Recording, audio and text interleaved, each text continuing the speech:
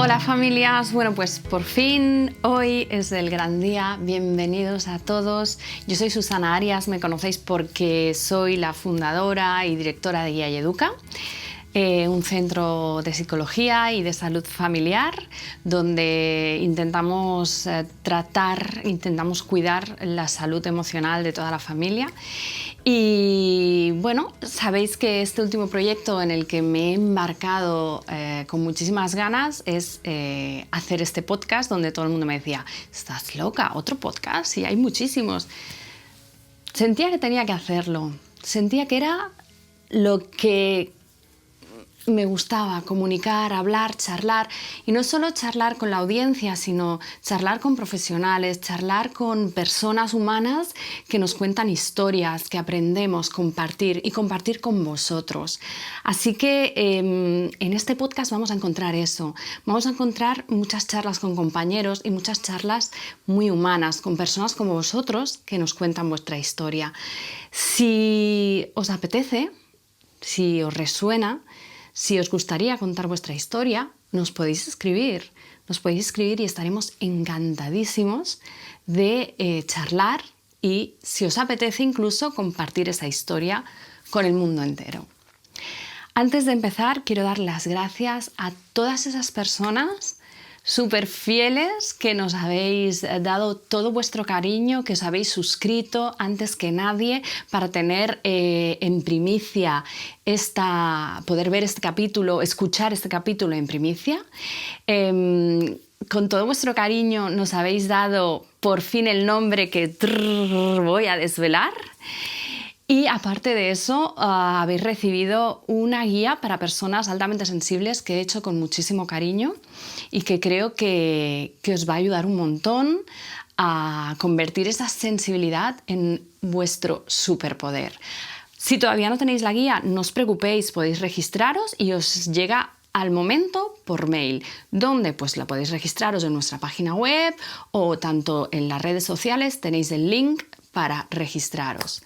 Por fin, el nombre. Me ha hecho muchísima ilusión el nombre que habéis elegido, porque es el nombre que a mí más me gustaba. Y ahora os voy a explicar por qué. El nombre que habéis elegido es La Psicoagenda. ¿Y por qué es el que más me gustaba? Todos me gustaban, pero La Psicoagenda fue el nombre que mi hijo mayor decidió, nos dio como idea. Y con mucho cariño lo puse en la lista de posibilidades con la pequeña esperanza de que saliera, porque la verdad es que es como un trocito de mi corazón el que ha elegido ese nombre y bueno, me ha parecido una locura de amor que vosotros también lo hayáis elegido. Así que muchísimas gracias y bueno, ya tenemos nombre, La Psicoagenda, así que a partir de ahora, cuando busquéis nuestro podcast, La Psicoagenda en todas las plataformas. Hoy, como en este primer capítulo, no va a haber vídeo.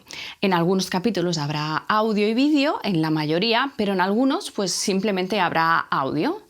Es algo que me parece importante compartir porque quiero que sepáis, si os apetece contarnos vuestra historia, pero quizás no os apetece exponeros, pues no pasa nada, no tenemos que hacer siempre vídeo. También, bueno, pues simplemente deciros que en este primer capítulo hemos querido hablar de la alta sensibilidad, un poco ligado a esa guía que hemos preparado con tanto cariño.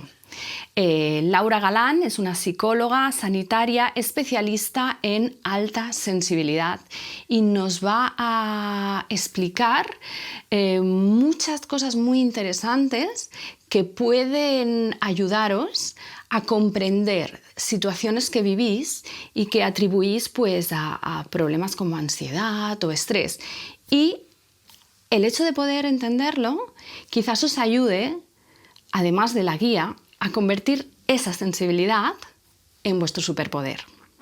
Nada, no me enrollo más, os dejo con este primer episodio que, como os digo, hemos hecho con muchísimo cariño. Mil gracias a todos los que os habéis registrado, los que nos estáis escuchando y los que nos seguís fielmente por redes sociales. un abrazo muy grande. Ah, y sobre todo, dejarnos vuestros comentarios. Es muy importante que nos digáis si os apetece que hablemos de algún tema en concreto, si os ha gustado, si queréis que lo enfoquemos de una manera diferente o, como os he dicho antes, si queréis hablar de vuestra historia. Así que nada, un besito muy fuerte y nos vemos por las redes. Bueno, bienvenidos a nuestro podcast inaugural. Inauguramos con un tema que está hoy súper recurrente y con una invitada muy especial, que estoy muy feliz de que esté aquí y de que sea nuestra primera invitada, de verdad, que estoy muy contenta. Y es Laura Galán. Ella es psicóloga y es especialista en personas altamente sensibles. Y nos va a ayudar un poco a entender qué significa esto de ser una persona altamente sensible, pues esto, cómo identificar las características, cómo gestionar algunas situaciones que sean pues especialmente complicadas para las personas altamente sensibles. Así que nada, bienvenida Laura. Hola, muchas gracias. Bueno, para empezar, ¿qué te motivó a especializarte en personas altamente sensibles? Bueno, yo creo que no es que yo me especializara en personas altamente sensibles, sino que yo tuve una curiosidad por explorar lo que era la alta sensibilidad, que aún no se conocía en España, yo lo descubrí viviendo en el extranjero. Y de ahí, una vez ya volví y bueno, yo había estado informada, me había leído los libros originales de Eileen Aron, que es la autora principal, pues trabajando aquí la gente empezó a identificarme, ¿no? Como que era una persona que entendía bien lo que era la alta sensibilidad y incluso con profesionales, compañeros, me pasaban algunos casos que ellos no acababan de saber acompañar y un poco siento que más que yo elegir, ¿no?, especializarme en alta sensibilidad, de alguna manera se me ha identificado a mí como alguien que pueda acompañar bien en alta sensibilidad. Sin más, no existe una formación específica tampoco en alta sensibilidad, no hay un máster o un curso de profundización. Es muy curioso esto que dices, porque dices como que lo descubrí en el extranjero, ¿no? Como que no estamos preparados para según qué cosas, y me recuerda mucho hace muchos años cuando yo estaba acabando de estudiar, se hablaba del TDAH, ¿no? De las personas con hiperactividad, los niños con hiperactividad, y había muchísima gente que decía que esto era una invención, que no existía, que el TDAH no existía, y luego pues gracias a los TAC, las tomografías axiales computarizadas, las resonancias magnéticas, los potenciales evocados, se ha visto que sí, o sea, que orgánicamente existe el TDAH. Pienso que va a pasar un poco lo mismo con la alta sensibilidad. De hecho, la alta sensibilidad ya está probada a través de neuroimágenes. Esto es algo de lo que poco se habla aquí en España. Pero si tú entras en la página oficial de la Eileen Aron, la High Sensitive Person, allí ya puedes ver que están colgados los primeros estudios, hay más de 80 estudios, donde se demuestra que el funcionamiento y la estructura de los cerebros de personas altamente sensibles son distintos.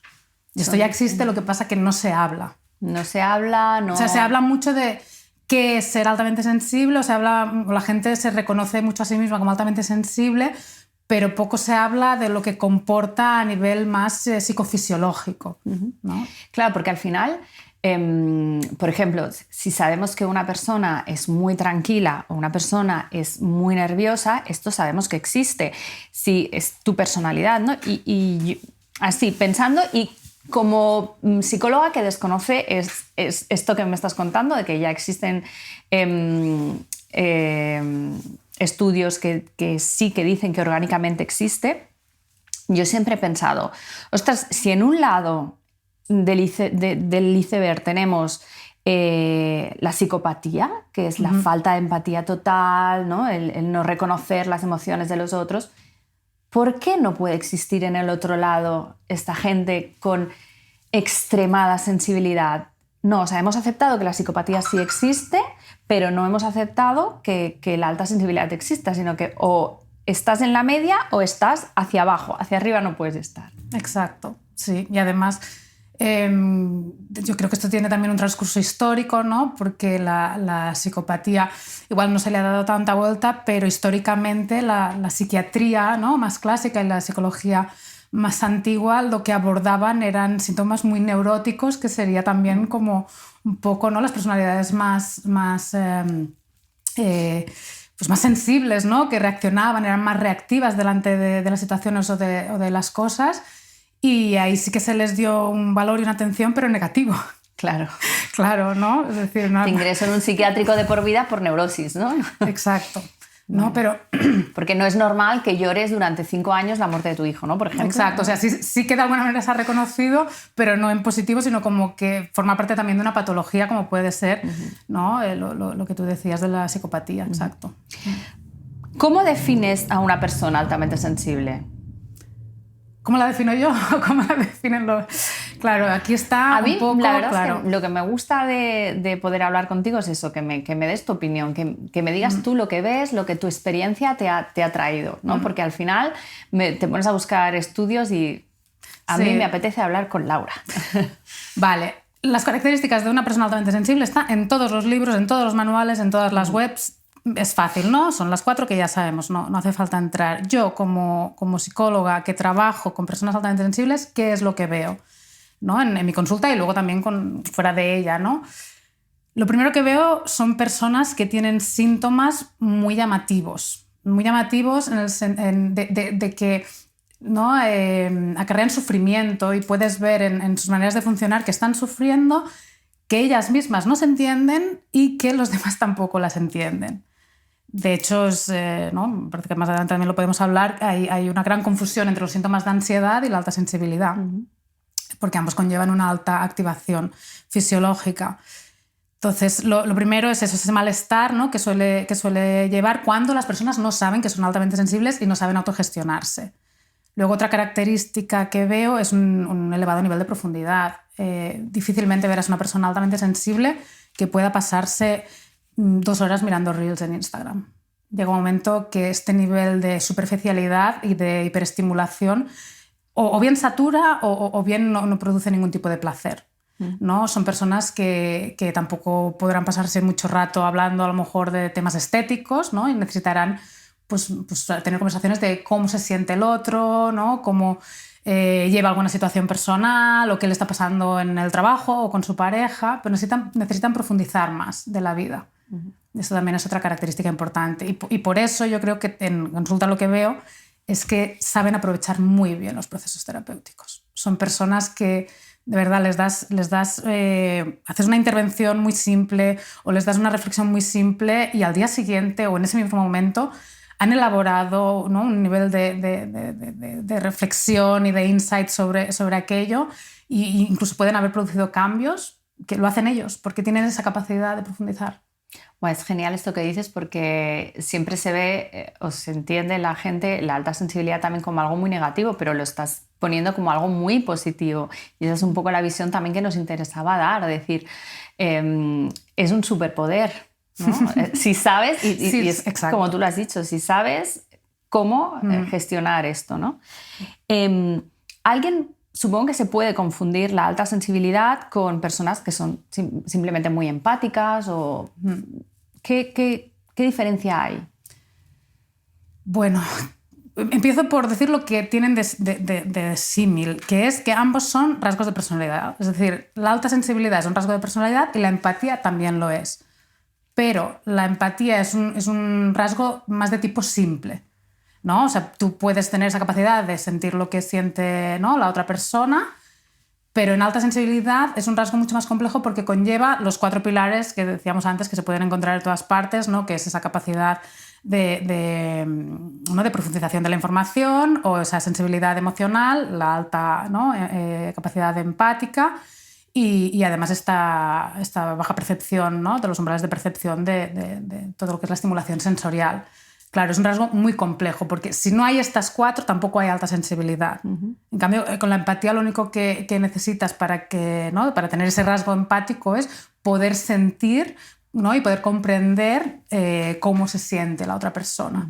En alta sensibilidad hablamos de que se tienen que dar estas 4 cosas y se tienen que dar además de manera obligatoria. Si se dan 3, pero la 4ª ya no podemos hablar de alta sensibilidad.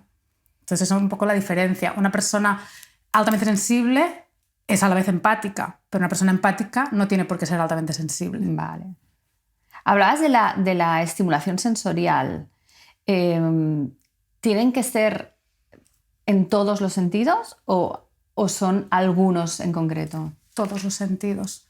Todos los sentidos aunque no de la misma forma. Es decir, una persona altamente sensible, en todos los, ¿no? Tenemos 5 sentidos: vista, tacto, olfato, oído y gusto. En esos 5 sentidos, los umbrales de percepción van a ser menores que en una persona que no es altamente sensible. Quiere decir que un sonido, por ejemplo, lo va a percibir mucho antes que otra persona, o incluso una persona no altamente sensible no va a percibir un sonido que la persona altamente sensible sí. ¿Vale? Lo que puede pasar, y pasa como en cualquier persona, es que cada persona es única y diferente, y puede que una persona con alta sensibilidad sea más sensible al sonido y otra más sensible al tacto. ¿Vale? Pero sí que es un requisito, ¿no? Que sea en todos los sentidos, porque tiene que ver con esos estímulos sensoriales y con esos umbrales de percepción que están alterados. Bueno, no están alterados, sino que son menores que en personas que no tienen, ¿no? Vale, es como si su rango de tolerancia fuera mucho menor en estos aspectos. Exacto, ¿no? Por ejemplo, un sonido, ¿no? a 30 decibelios para muchas personas pasa inaudible. Muchas personas no pueden percibirlo. Una persona con alta sensibilidad, 30 decibelios los puede percibir, incluso les puede llegar a molestar. Claro. Si intentan conciliar el sueño, pueden no poder dormir porque están sintiendo esos 30 decibelios. Cuando para otras personas el sonido ni siquiera existe. Claro, ya hablamos de esto en sonidos, pero puede ser una luz, puede ser el olfato, ¿no? Algún tipo de olor que le despierta una emoción desagradable. Entonces, claro, convivir en nuestro día a día con un entorno en el que todos son inputs constantes y estimulación constante a nuestros sentidos, tiene que ser complicado para una persona altamente sensible, ¿no? Es complicado, yo creo que hasta que se conoce, ¿no? O sea, hasta que las personas no saben que tienen este rasgo, es muy complicado porque genera mucho sufrimiento y sobre todo mucha sensación de incomprensión, ¿no? Los demás pueden decir, pero ¿por qué no duermes si el ruido casi no se oye? ¿No? O ¿por cómo te puede molestar este olor si casi no se nota? Pero para la persona le está generando un malestar y le está limitando, ¿no? Entonces, aparte de que tienen el sufrimiento de no poder dormir o de no poder estar en un lugar con una determinada olor, además se sienten juzgados. Claro. ¿No? Entonces, eso es lo que lo hace difícil. Sí. Pero, sí. Decía, se sienten juzgados, pero yo estoy pensando también, ellos mismos también se juzgan, ¿no? O sea, ¿cómo no puedes dormir? Y es ¿cómo no puedo dormir con esto? ¿Cómo no puedes tolerar este sonido? ¿Cómo no puedo tolerar? ¿No? O sea, está la parte social y luego la interna, que si no lo entiendes, ¿no? Exacto. De hecho, yo creo que no he conocido nunca a alguien que sea altamente sensible que no se haya sentido como un poco bicho raro, ¿no? De yo tengo algo diferente a los demás, ¿no? Precisamente no algo especial en positivo, sino ¿no? Tengo algún tipo de problema porque los demás pueden funcionar de una manera mucho más sencilla, en cambio yo, ¿no? La persona piensa yo no. Entonces, claro, esto cuando eres pequeño, hoy en día sí que hay más diálogo entre padres e hijos, pero los que pertenecemos a otras generaciones que no había ese diálogo. Generaciones del silencio. No se hablaba. Calla, niño, no sé. Tú creces pensando, bueno, yo tengo algo distinto que no sé lo que es, pero por supuesto es un problema y no es algo bueno, ¿no? Claro, cuando llegas a saber que esto que te pasa tiene una explicación y llegas a conocerlo y entonces puedes hacer un proceso de autoconocimiento y de gestión, esto cambia. Claro. Y ahí se convierte en lo que dices tú, un poco ese superpoder, ¿no? Pasa de ser un superproblema a un superpoder. Muy bien. Genial, o sea, porque antes estabas comentando el tema de que es que encima en psicoterapia son personas pues que les funciona súper bien porque son muy aplicados, ¿no? Digámoslo de alguna manera que se entienda. Entonces, bueno, pues es esto. Me parece que quedarnos con esta idea es muy positivo. Pero aparte de esto, ¿cuáles son los principales retos a los que se enfrentan las personas PAS en tu día a día?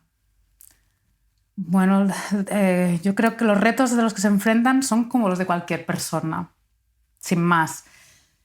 Es decir, la sobreestimulación en la que vivimos en las sociedades de hoy en día pasa a las personas altamente sensibles y a las que no. La diferencia está en que la persona altamente sensible, cuando deja de estar en contacto con esos factores que la han sobreestimulado, no pueden estar en reposo, no pueden estar tranquilas y no pueden regularse, En cambio, a lo mejor personas que no son altamente sensibles, que están expuestos al mismo nivel de estimulación, luego se van, no sé, a jugar a pádel, o se van con los amigos, o se van a casa a mirar una película y se regulan y no pasa nada. Vale, o sea, una de las diferencias principales sería la dificultad para regularse uno mismo, ¿no? Sí. Es lo que tú dices, ¿no? A todos nos agobia ir en Navidad a una feria de Navidad porque nos hace mucha ilusión, pero cuando llegamos allí está todo lleno de gente y estamos allí 4 horas, todos nos agobiamos. Pero la gente que no es altamente sensible luego llega a su casa, a lo mejor se pone a leer, se toman un té, se relajan un poco de música y son capaces de regularse. ¿Qué necesitan las personas altamente sensibles para llegar a ese nivel de regulación? Claro, dependerá de cada persona, pero así en términos generales lo que yo he visto, y bueno, si lees libros sobre el tema también lo explican, ¿eh? Son actividades que conecten, ¿no? Son actividades de introspección o que conecten un poco con uno mismo, como puede ser la meditación, como puede ser la lectura, como puede ser música tranquila. Hay personas altamente sensibles que les va bien hacer deporte o yoga, o bueno, deporte me refiero más intenso, ¿eh? Como un spinning, ¿no? Personas que será el yoga. Para cada persona es distinto, que esto es lo que yo también creo que se tiene que entender de la alta sensibilidad. Esto no es un molde, ¿no?, que es igual para todo el mundo. Cada persona es única y diferente, sea o no sea altamente sensible. Por lo tanto, la alta sensibilidad dentro de la persona también tiene una formulación única y específica. Entonces tiene que descubrir la propia persona qué le va bien a ella. Nosotros en Guía y Educa, que lo trabajamos mucho, creo que estamos luchando para que se empiece a ver la terapia de esta manera, es decir, todos somos diferentes y nos tenemos que adaptar a esas diferencias, ¿no? Y vamos a encontrar la manera en la que te podemos ayudar a ti, y yo creo que lo explicas perfectamente. O sea, para una persona regularse puede ser irse a hacer spinning o irse a correr o ponerse música trance metal, y para otra persona la regulación pasa por un silencio, por una introspección, aunque creo que la introspección realmente pasa en las dos actividades, ¿no? Lo que pasa es que de maneras diferentes. En la parte más física también hay una introspección, y en la parte pues no tan física, más de meditar, sigue habiendo esa introspección. Me resulta muy, muy interesante este tema porque veo la importancia de la introspección, la importancia de la meditación, de conocernos, y lo poco que le enseñamos esto a nuestros hijos. Sí, y además también cuando se habla de alta sensibilidad se enfoca mucho hacia el exterior, ¿no? Cómo tiene que estar el exterior de esa persona. Y yo creo que todo tiene que pasar por el interior, es decir, nosotros no podemos cambiar el mundo para adaptarlo a personas altamente sensibles. Es imposible, ¿no? No podemos hacer todos los coches silenciosos, no podemos... Todo muy zen. Claro, o sea, es que es imposible. Entonces el cambio tiene que pasar por dentro. Pero para que se haga por dentro tenemos que tener espacios, ¿no?, donde se pueda lograr esto. Y esto pasa también pues, por esa educación en los primeros años de vida, en la escuela, ¿no?, donde la gente pueda generar recursos para aplicarlos y autorregularse, tanto si es altamente sensible como si no, pero sobre todo si es altamente sensible. Sí. Sé que trabajas a nivel familiar, de hecho me encanta cómo trabajas a nivel familiar, pero la pregunta es sobre cómo o qué tiene que tener en cuenta la familia cuando tiene un miembro altamente sensible. ¿Cómo le puede ayudar? Sí, esta es la pregunta del millón. Claro, aquí va a depender mucho de si en la familia hay algún otro miembro que sea también altamente sensible o no. Que si tenemos en cuenta que aproximadamente un 20% de la población es altamente sensible, familias de 5 miembros, como mucho, lo será uno. Así a grandes rasgos, grandes números. Entonces, sí, hay una persona altamente sensible, tiene la suerte de que dentro de la misma familia hay alguien también así, lo que va a pasar es que las dos personas se van a poder entender muy bien y eso ya va a generar un bienestar y no va a hacer falta tampoco, ¿no?, movilizar al resto del sistema. ¿Vale? Cuando esto no es así, claro, yo a veces en consulta tengo gente, ¿no?, que me dice, no, pues que yo le he dicho a mis padres que me tienen que tratar así, esto me lo tienen que decir así, y tienen que, no pueden poner la tele si yo estoy en el comedor. Y pues yo vuelvo a decir lo mismo, no podemos cambiar el mundo. Y para mí esto va un poco en contra de lo que acostumbras a escuchar sobre la alta sensibilidad, para mí los demás no se tienen que adaptar a la persona altamente sensible. Es la persona altamente sensible que se tiene que adaptar al mundo. Y para eso se requiere mucho autoconocimiento y tener muchos recursos.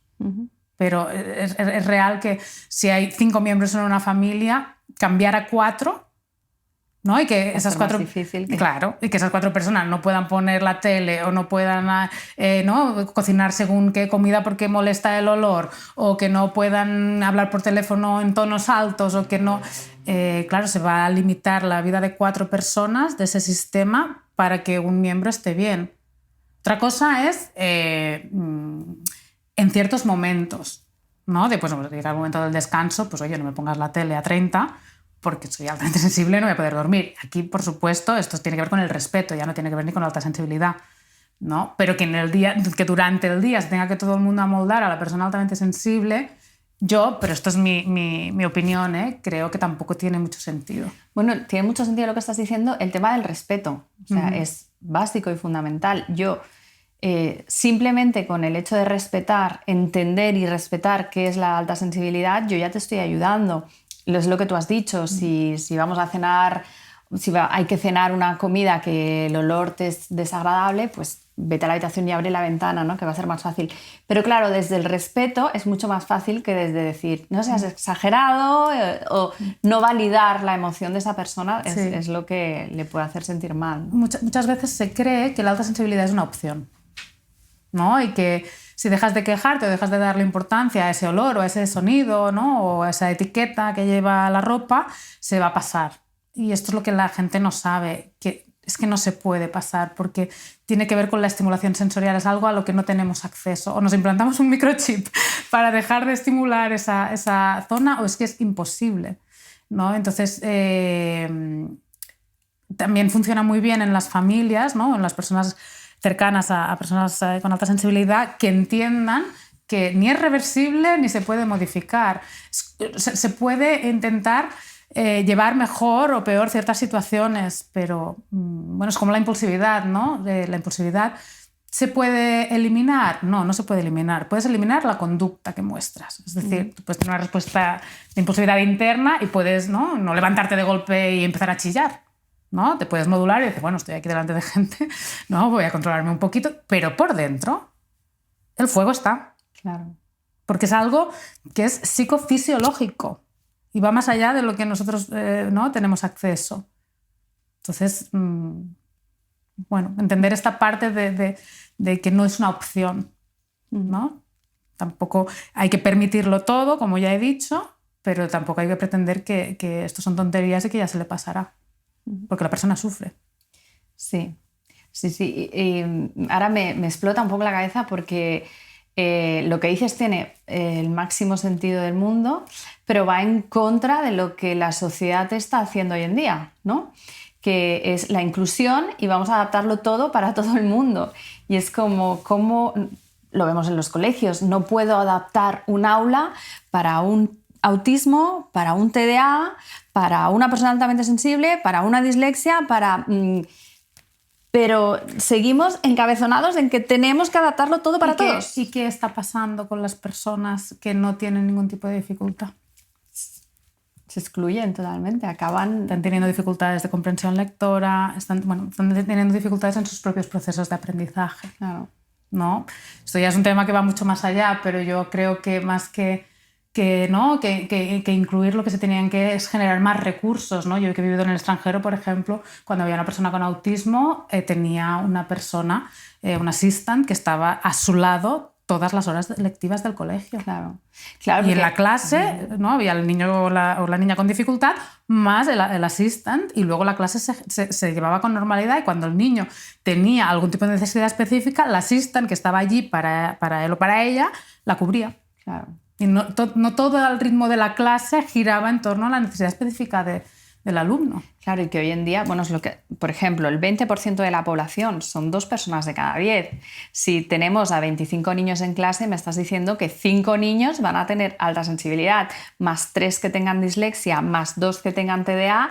¿Cómo adaptamos un recurso a eso? Es imposible. Entonces, buscar el equilibrio, como tú lo dices, es que aunque nos estemos tirando piedras encima de decir vamos en contra de lo que dice la sociedad hoy en día, Ya, pero es que creo que es lo más coherente posible. Es la coherencia, ¿no? Es decir, vamos a respetar las diferencias, pero vamos a intentar adaptarnos a un único patrón, porque es que si no va a ser imposible. Pasa que siempre tenemos que hacer cosas que nos lleven hacia un límite para luego cambiar, ¿no? Entonces, bueno, se están probando estas maneras de funcionamiento. Cuando ya se vea que no funcionan, pues ya se cambiarán hacia otra dirección. Espero que lo vean pronto porque les está costando, les está costando mucho. Pero bueno, y en el mundo laboral, pues igual, quiero decir. Exactamente lo mismo, sí. En el mundo laboral lo que ocurre es que es un poco más accesible el tema de la autogestión y de autorregulación, porque ya estamos hablando de adultos, ¿no? Ya no hablamos de niños o adolescentes, que les puede costar más hacer todos esos procesos. Normalmente cuando vienen adultos a consulta con problemas de estrés laboral, que ves claro, ¿no? Que tienen que ver con esa alta sensibilidad, pues generando, ¿no? recursos y sobre todo la prevención y demás, los resultados acostumbran a ser muy positivos, pero es lo mismo, no puedes cambiar el entorno de trabajo. Claro. ¿No? Yo misma he trabajado en el mundo corporativo muchos años y lo pasaba muy mal. Y encontré mis propias herramientas, como usar cascos, como retirarme, ¿no? Muchas veces no iba a las reuniones, ¿no? Cuando se reunían, ¿no? Pues nos reuníamos varios managers, ¿no? Pues yo intentaba, si no era estrictamente necesario, intentaba irme sola a lo mejor un ratito, ¿no? Y equilibrarme y, bueno, buscar herramientas propias. Es lo que tú has dicho, el autoconocimiento. Te lo hace esto, ¿no? El autoconocimiento es lo que te dará las estrategias y las herramientas. Y este autoconocimiento no te lo puede dar un libro o una teoría general.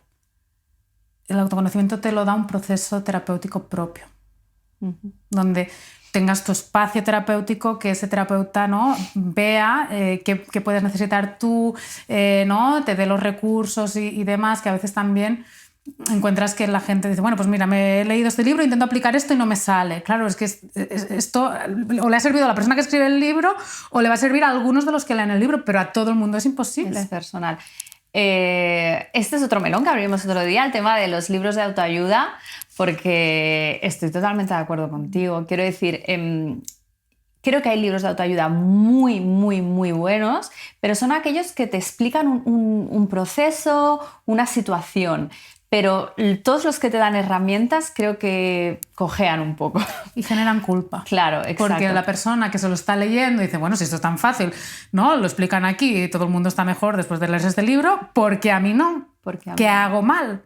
¿No? Entonces, bueno, el tema de la crianza, ¿no? Entonces se generan estas culpas de yo soy la que la estoy cagando, ¿no? Ahora me estoy acordando, en el 2000 o por ahí se puso súper de moda un libro que era para dejar de fumar. Y era... Uno verde. Sí. Y era como, esto te lo lees y el 99% de las personas dejan de fumar al leerse este libro. Sí. Claro, y yo pensaba, ostras, y ese 1% pobre en secreto. No me lo he leído porque se deben sentir súper culpables. Es un poco lo que dices, claro. ¿no? Bueno, el autoculparse, decir, es porque esto no me está funcionando, no lo estoy haciendo bien. Soy yo. Si no funciona, si el libro está bien y yo no me funciona, entonces soy yo. Claro, no quedan más opciones. Bueno, y ya no hablemos de los libros de autoayuda hechos por gurús y... Pero el 50% del libro es su historia personal. Podrían haber escrito una autobiografía en vez de un libro de autoayuda. Claro, sí, pero bueno, que tampoco es así, porque sí que es verdad que hay muchos libros que nos ayudan a entender, pero bueno, es lo que decías, autores con renombre, con estudios, con una base científica y que te estén ayudando a entender la situación, no a solucionarte el problema, porque yo creo que es clave lo que has dicho, la solución a entenderte tal, es un camino muy diferente para cada uno. Quizás un libro de autoayuda te puede ayudar a entender que necesitas ir a terapia. Pero no usarlo solo como una terapia, ¿no? Sí, o conocer un poco más el problema al que te enfrentas o la situación, sí. Esto también me conecta con el tema de la alta sensibilidad. Aquí en España hay mucha gente que habla de ella, o al menos me comentan, porque como yo no estoy mucho en las redes, de personas que no son psicólogos o que no son especialistas en conducta humana o en funcionamiento, ¿no? del sistema nervioso, y hablan de la alta sensibilidad. ¿no? Entonces, claro, genera confusión, ¿no? Y te viene gente a consulta, yo es que lloro, siempre lloro, cuando me dicen algo lloro, cuando veo una película lloro, yo soy altamente sensible, ¿no? Y es por ese mal uso, ¿no? Que se hace de toda esta información. Claro, exacto, y a lo mejor estás ahí enmascarando una depresión, un trastorno de personalidad. O simplemente una hiperreactividad a las cosas, ¿no? Una reacción desajustada a situaciones, ni siquiera sin patología, ¿no? Ojalá algún día la sociedad entienda esto, ¿no? De busquemos a un profesional, porque al final te rompes un brazo y no vas al vecino a decirle ¿qué te parece? No te lees un libro para ver cómo soldarte el hueso, ¿no? Exacto. Oye, ¿qué señales le pueden indicar a una persona PAS que está a punto de la sobreestimulación, a punto del burnout o a punto de... El cuerpo. Los síntomas en el cuerpo. Cuando una persona siente síntomas similares a la ansiedad, es decir, una hiperventilación o una palpitación, una tensión muscular, un mareo, un dolor de cabeza intenso, el cuerpo ya está indicando que hay una hiperactivación. Entonces aquí lo que el cuerpo necesita es regularse. Vale, y como hemos dicho, el regularse es muy diferente para cada persona y lo mejor para ello es que acudan a terapia y se conozcan, ¿no? Este autoconocimiento. Y como última cosita, ¿qué tip, qué herramienta les dirías a las personas altamente sensibles, esa frase o esa cosa que tienen que apuntarse en su psicoagenda y mirar cada día? Qué pregunta más difícil.